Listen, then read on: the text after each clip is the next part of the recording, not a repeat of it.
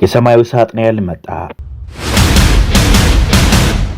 አፓቼ በህዋት ላይ ተተኮሰም። የጥላት ቀልብ ገፋፊ የሰማይ ላይ ንጉስ AH-64 አፓቼ የጥቃት ሄሊኮፕተር አሁን በታላቋ ኢትዮጵያ እጅ ገብቷል። በዘመናዊ የውጊያ ታሪክ ውስጥ የአየር ላይ የበላይነትን በማረጋገጥና የታጠቁ የመሬት ኃይሎች በመደምሰስ ረገድ ወደር የለውም። በምስራቅ አፍሪካ ቀንድ ሰማይ አካል ላይ የኃይል ሚዛኑን በአንድ ጀንበር የሚቀይር የአየር ላይ ንጉስ የሆነው AH-64 አፓቼ የጥቃት ሄሊኮፕተር የኢትዮጵያ ኃይል መከታ ተቀላቅሏል።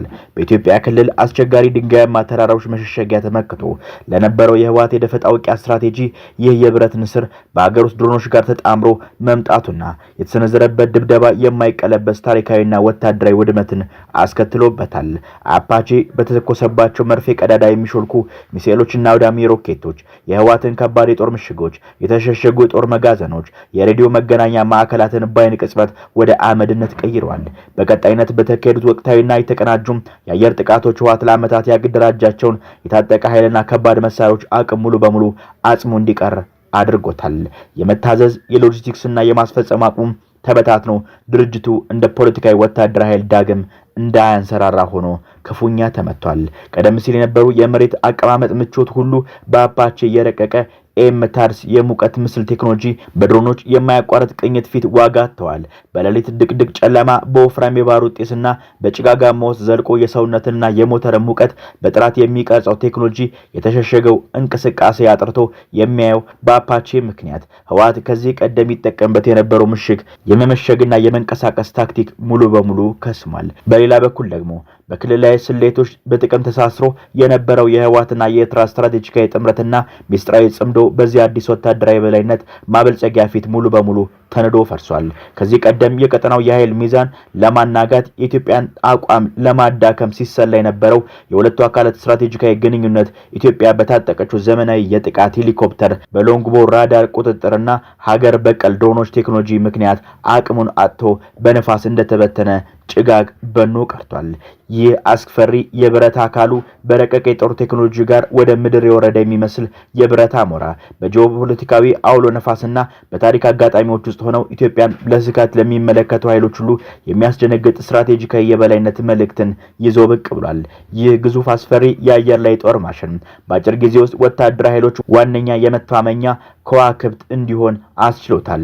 በተለይም በአስደናቂ ቴክኖሎጂ ምጥቀቱ በታጠቀው ከፍተኛ አውዳሚ መሳሪያና በማንኛውም አየር ሁኔታ ውስጥ በሙሉ ብቃት የመዋጋት አቅሙ ይታወቃል። ኢትዮጵያ የአየር ክልል የበላይነት ለመቆጣጠር የመሬት ላይ ውጊያዎችን መልክ በይፋ ለመለወጥ የተዘጋጀው የዓለማችን ዘመናዊ የጦር ታሪክ ውስጥ ወደር ያልተገኘለት AH-64 አፓቼ የጥቃት ሄሊኮፕተር በታላቅ ኢትዮጵያ እጅ መግባቱ የምስራቅ አፍሪካን የኃይል ሚዛን ሙሉ በሙሉ የሚገለባበት ታሪካዊ ክስተት ነው። የቴክኖሎጂና የመሳሪያ ብቃቱ ስንመለከት አፓቼ በሙሉ ጨለማ በወፍራም ጭጋግና በጢስ ተሸፍኖ የተደበቁ ጠላቶችን በኤምታርስ ሙቀት ምስል ላይ የማወቅና የመምታት ተአምረኛ ችሎታ አለው። ይበልጥ የሚያስገርመው የፓይለቱ የራስ ቅል ሄልሜት በሄሊኮፕተሩ 30 ሚሜ መድፍ ጋር በቀጥታ የተያዘ በመሆኑ ፓይለቱ በአይኑ ያየውን አንገቱ የዞረበትን አቅጣጫ ሁሉ አውዳሚው መድፍ አብሮ የመዞር አስደናቂ ብቃት አለው። ይህ የቴክኖሎጂ ምጥቀት በኢትዮጵያ እጅ መግባቱ የጠላትን እንቅስቃሴ መፈጸሚያ ያደርገዋል። በዋናው ክንፍ አናት ላይ የተሰየመው የሎንግቦ ራዳር የሄሊኮፕተሩ ከኮረብታዎች በከተሞች ወይም በዛፎች ስር ተሸሽጎ ያለ በዙሪያው 128 በላይ ኢላማዎችን በአንድ ጊዜ በመከታተል 16ቱን አደገኛ ኢላማዎች መርጦ በሰከንድ ውስጥ ይደመስሳል። ይህ የራዳር የበላይነት አገራችንን የማይደፈር የመከላከያ ምሽግ ያጎናጽፋታል። በተጨማሪም እስከ 11 ኪሎ ሜትር ርቀት ድረስ ያሉ ተንቀሳቃሽ የታጠቁ የውጊያ ተሽከርካሪዎችን በከፍተኛ ትክክለኛነት የሚያምነውን በAGM-104 ሄሊፋየር ሚሳኤል በቅርብ አየር ድጋፍና እግረኛ ጦር ለማጽዳትም የሚያገለግል የ70 ሃይድሮ ሮኬቶችና በደቂቃ እስከ 625 ጥይት የሚያንጣጣ M230 ቼንገን መድፍ ይዞ የኢትዮጵያን ሰማይ ተቆጣጥሯል። ይህም የጦር ሜዳውን መልክ ሙሉ በሙሉ በኢትዮጵያ የበላይነት ስር አድርጎታል። የመከላከልና የመቋቋም አቅም ስንመለከት ይህ በኢትዮጵያ እጅ የገባው አፓቼ ጥቃት አድራሽ ብቻ ሳይሆን ራሱን ከተቃራኒ ጥቃት የመከላከል ክፉኛ ንድፍ ያለው ድቅል ማሽን ነው። የታችኛው የአካሉ ክፍል ላይ ፓይለቱ መቀመጫ እስከ 23 ሚሜ የሚደርሱ ጥይቶችን መቋቋም የሚችል ጋሻ የተገነባ በመሆኑ የመሳሪያ በኢትዮጵያውያን የአየር ኃይሎችና ጀግኖች ህይወትን በከፍተኛ ደረጃ የሚታደግ ከፍተኛ ጋሻን የተጎናጸፈ ነው። የዋናው ሮተር ክንፎች በጠላት ጥይት ቢመቱ እንኳን ሳይሰበሩ መብረራቸውን መቀጠላቸው እንዲሁም ሞተሩ የሚያወጣውን ከፍተኛ ሙቀት በመቀነስ የሙቀት መከታተያ ሂት ሲኪንግ ሚሳኤሎችን እንዳይመታ የሚያደርገው የማንቀዝቀዣ ቴክኖሎጂ ሄሊኮፕተሩን አየር ላይ ሊወድቅ የማይችል ብረት ያደርገዋል። በአጠቃላይ በዓለማችን ቁጥር አንደኛ እንደሆነ ስሙን ያጸና የመሬት ላይ ጦርነትን መልክ የቀየረ አቅም ያለው ጥቃት ማሽን አሁን በታላቁ ኢትዮጵያ እጅ መግባቱ በቀጠናው ኃይል ሚዛን ላይ ግዙፍና የመሬት መንቀጥቀጥ ያህልን ንዝረት ፈጥሯል። የኢትዮጵያ አየር ኃይል የኔ የማይደፈር ዘመናዊ የጦር ቴክኖሎጂ መታጠቁን መሳሪያው በኢትዮጵያ እጅ መግባቱ በምስራቅ አፍሪካ በቀይ ባህርና በባብኤል መንደብ መግቢያ ዙሪያ የማይደፈር ግርማ ሞገስ ያለው ጠንካራ የመከላከልና የጥቃት አቅም የፈጠረለት ሲሆን የሀገሪቱ ሉዓላዊነት የድንበር ደህንነት የሚያስደንቅ ደረጃ ከፍ አድርጎታል። ኢትዮጵያ ይህን ጥልቅ የሰማይ ላይ የበላይነት የሚያረጋግጥ መሳሪያ በባለቤትነት መያዟና መሳሪያውን በኢትዮጵያ እጅ መግባቱ በምስራቅ አፍሪካ ቀጠና ውስጥ የሚታየውን ማንኛውም አላስፈላጊ ስጋት ወይም የጠላት ትንኮሳ በሩቁ የሚያስቀር ኢትዮጵያን አጣዳፊ የጥቃት እርምጃዎችን በሰከንዶች ውስጥ እንድትወስድ የሚያስችልና ማንኛውንም ወረራ ኃይል አገሪቱን ለማስፈራራት እንዳያስብ የሚያደርግ ታላቅ ግርማዊ ሞገስን አየር ኃይል ንጉስነትን የተጎናጸፈ ነው። አፓቼ በታሪክ አጋጣሚ የተፈጠረውን በቪየትናም ጦርነት ወቅት ያገለግለውን የነበረውን ኤኤች-1 ኮብራን ለመተካት በቀዝቃዛው ጦርነት ወቅት አውሮፓን ያስጨነቀውን የሶቪየት ህብረት የታንክ መንጋ ስጋት ለመከላከል ሲሆን እንደ አውሮፓውያን አቆጣጠር በ1986 የአሜሪካ ጦር ከተቀላቀለበት ቅጽበት ጀምሮ አውደ ግንባር በቁጥጥር ስር የመዋል አቅሙን አስመስክሯል። የዚህ አጥፊ ሄሊኮፕተር ወደር የሌለው አውዳሚነትና ታሪካዊ የውጊያ ብቃት በኢትዮጵያ እጅ መግባቱ በዓለም አቀፍ ደረጃ የጎላ ሁኔታ ታይቶ የተመሰከረለት በ1991 በፋርስ ጊዜያት ጦርነት ወቅት ነበረ። በጽኑ የሌሊት ጨለማ ተሸፍኖ የኢራቅ የራዳር ጣቢያዎች በመደምሰስ የባግዳድ አየር ክልል ለወዳጅ ኃይሎች ክፍት እንዲሆን ያደረገና የመጀመሪያውን የጦርነት ጥቃት በግርማ ሞገስ የከፈተው ይኸው የሰማይ ላይ ንጉስ እንደነበር ይታወቃል። ይህ መሳሪያ በኢትዮጵያ እጅ መግባቱ አገራችን መሰል ፈጣንና አውዳሚ ስትራቴጂካዊ እርምጃዎችን የመውሰድ ሙሉ አቅም እንዲኖራት ያደርጋል። በዚህ በቦስኒያ፣ በአፍጋኒስታን፣ በኢራቅና በበርካታ የመካከለኛው ምስራቅ ውጊያዎች ላይ ውስጥ እግረኛ ጦርን እየታደገ እና የጠላትን የታጠቀ ኃይል እየደመሰሰ አውዳሚነቱን ያስመሰከረ ይህን መሳሪያ በኢትዮጵያ እጅ መግባቱ በየትኛውም አቅጣጫ የሚቃጣን አደጋ በሰከንዶች ውስጥ ማክሰፍ የሚያስችል አቅምን ይሰጠዋል። በምስራቅ አፍሪካ ቀንድ በሰማይ አካል ላይ የኃይል ሚዛኑ በአንድ ጀንበር የሚቀየር የአየር ላይ ንጉስ የሆነችው ኤች-64 አፓቼ የጥቃት ሄሊኮፕተር በኢትዮጵያ አየር ኃይል መከታም ተቀላቅሏል። ይህ አስከፊ የብረት አካሉና ከረቀቀ የጦር ቴክኖሎጂ ጋር ወደ ምድር የወረደ የሚመስል የብረት አሞራ በጂኦፖለቲካዊ አውሎ ነፋስና በታሪክ አጋጣሚዎች ውስጥ ሆነው ኢትዮጵያን በስጋት ለሚመለከቱ ኃይሎች ሁሉ የሚያስደነግጥ የስትራቴጂ የበላይነትን መልእክትን ብቅ ያደረገ ነው። በምስራቅ አፍሪካ ቀንድ ሰማይ አካል ላይ የኃይል ሚዛኑን በአንድ ጀንበር የሚቀይር የአየር ላይ ንጉስ የሆነው ኤኤች-64 የጥቃት ሄሊኮፕተር በኢትዮጵያ አየር ኃይል መከታ ተቀላቅሏል። ይህ አስፈሪ የብረት አካሉ እና ከረቀቀ የጦር ቴክኖሎጂ ጋር ወደ ምድር የወረደ የሚመስል የብረት አሞራ በጂኦፖለቲካዊ አውሎ ነፋስና በታሪክ አጋጣሚዎች ውስጥ ሆነው ኢትዮጵያን በስጋት ለሚመለከቱ ኃይሎች ሙሉ የሚያስደነግጥ የስትራቴጂካዊ የበላይነትን የጽናት መልእክት ይዞ ብቅ ብሏል። ይህ የዘመናዊ ጦር አውሬ መታጠቅ የምስራቅ አፍሪካ ቀጠና ውስጥ ለዘመናት የቆየ ታሪክ የፖለቲካ ወታደራዊ ስሌቶችን በአንድ ጀምር የሚለውጥ ሲሆን በኢትዮጵያ ሉዓላዊነት ላይ ድቅን የሚሉ ማናቸውም ስጋቶች አየር ላይ የሚያስቀሩ ሁለንተናዊ አቅሞችን አግኝቷል።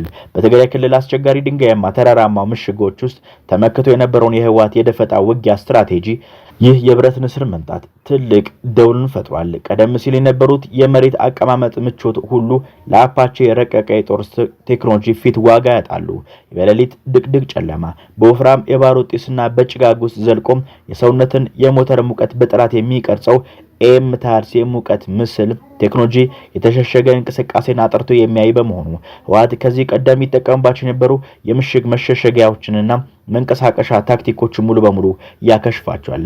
ከዚህ በላይ አፓቼ እስከ 11 ኪሎ ሜትር ርቀት ድረስ የሚምዘገዘጋቸውን ገዳይና መርፌ ቀዳዳ የሚሾልኩ ሚሳኤሎችን በመታጠቁ ከእንግዲህ መሸሸግና ከባድ የታጠቀ ኃይልን ወይም ታንኮችን መልሶ የማደራጀት ሙከራዎች ከሩቁ ከቶም አድርጎ የሚያስቀር አስፈሪ አቅም ነው። የሰማያዊ የድንበር መስመር በኩልም ቢሆን የዚህ ዘመናዊ አየር ወለድ አውሬ መምጣት የኃይል ሚዛኑን በከፍተኛ ደረጃ ለውጦታል። አፓቼ በዛፎችና በኮረብታ ጀርባ ተሸሽጎ እስከ 128 የሚደርሱ ጠላቶችን በአንድ ጊዜ በሎንግቦ ራዳር የመከታተል ብቃት ያለው በመሆኑ የኤርትራን ድንጋያማ ድንበር ረጅም ኮረብታ መስመር ሙሉ በሙሉ በኢትዮጵያ ንቁ ቁጥጥር ስር የሚከት ስትራቴጂካዊ ጋሻ ነው። እስከ 23 ሚሜ የሚደርሱ ጥይቶችንና አየር ላይ የሚፈነዱ የጸረ አየር መሳሪያዎችን መቋቋም የሚችል የብረት ጋሻው የኤርትራ ጦር የሚጠቀማቸውን መካከለኛ ጸረ አየር መከላከያ መሳሪያዎች አቅም አልባ ያደርጋቸዋል።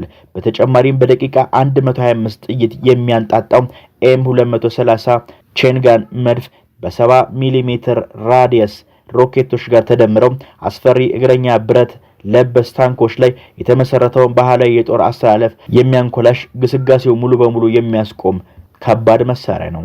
በሌላ በኩል በኢትዮጵያ ታላቅ ህዳሴ ግድብና በናይል ተፋሰስ ዙሪያ የጦርነት ድግስ ታስብ የነበረችው ግብጽ በኤች-64 አፓቼ ወደ ኢትዮጵያ እጅ መግባት ትልቅ ስትራቴጂካዊ ድንገት ስጋት ሆኖባታል። ግብጽ በታሪክ አጋጣሚዎች የኢትዮጵያን ትኩረት ለመበተን በድንበር አካባቢ የምታሰማራቸውን የምትደግፋቸውን ተተላላኪ ፕሮክሲ ፎርሶችን በአፓቼ የረቀቁ ርቀት ፍለጋና ፈጣን ጥቃት ማስፈጸሚያ ብቃት በሩቁ የበማዳንና የመደምሰስ አቅም ተፈጥሯል። ይህ ዘመናዊ ሄሊኮፕተር በታላቁ ህዳሴ ግድብ የቀይ ባህር አካባቢ ስትራቴጂያዊ መሰረተ ልማቶችን ከአየር ላይ በአስተማማኝ ሁኔታ በመጠበቅ ከፍተኛ ብቃት ያለው በመሆኑ በካይሮ ወታደራዊ ስሌቶችና እሴቶች የአየር የበላይነት ፍላጎቶችን በሙሉ አየር ላይ ያበነነ በምስራቅ አፍሪካ ቀጠና የኢትዮጵያን ግርማ ሞገስ የሰማይ ላይ ሉዓላዊነትን የማይደፈር ጥንካሬ በጉልህ ያስመሰከረ ታሪካዊ ክስተት ሆኗል። በኢትዮጵያ አየር ኃይል ከውጪ ያስገባቸው የሰማይ አንበሳ ኤች-64 አጋቼ ጥንካሬ በራሱ የቤት ውስጥ የምርት አቅም ጋር በማጣመር እየፈጠረ ያለው አዳዲስ ወታደራዊ ምዕራፍ በምስራቅ አፍሪካ ቀጠና ሀገራችን በራሷ የቴክኖሎጂ ዕውቀትና ማዕከል በማምረት ላይ የምታገኛቸው ዘመናዊ ድሮኖችና ሀገር ውስጥ ተተኳሾች ሚሳኤሎች ከአፓቼ አውዳሚ ኃይል ጋር ሲተዋሃዱ የጠላት ሰልፍ ከውስጥም ከውጭም በሁለገብ አቅም የሚቀጣ የማይበገር የጦር ማሽን ይፈጥራል። በቤት ውስጥ ድሮኖች ሰማዩን በቀንና በሌሊት ያለማቋረጥ በመቃኘት ጠላት ላይ የሚያሰፍር በየትኛውም ስልታዊ እንቅስቃሴ እንደሚያደርግ መረጃዎች በቀጥታ ለአፓቼ አብራሪዎችና ለትዕዛዝ ማዕከላት በማቀበል ረገድ የአይንና የጆሮ ሚና ይጫወታሉ። ረጅም ርቀት የማጥቃት አቅምና ሀገር ውስጥ ድሮኖችን የማያቋርጥ የክትትልና የሰማይ ላይ ሽፋን መከላከል የሚፈጥረው ይህ መስተጋብር ማንኛውም የጠላት ኃይል መሸሸጊያ በማጣት የጦር ሜዳው ሙሉ በሙሉ በኢትዮጵያ እጅ እንዲገባ ያደርጋል።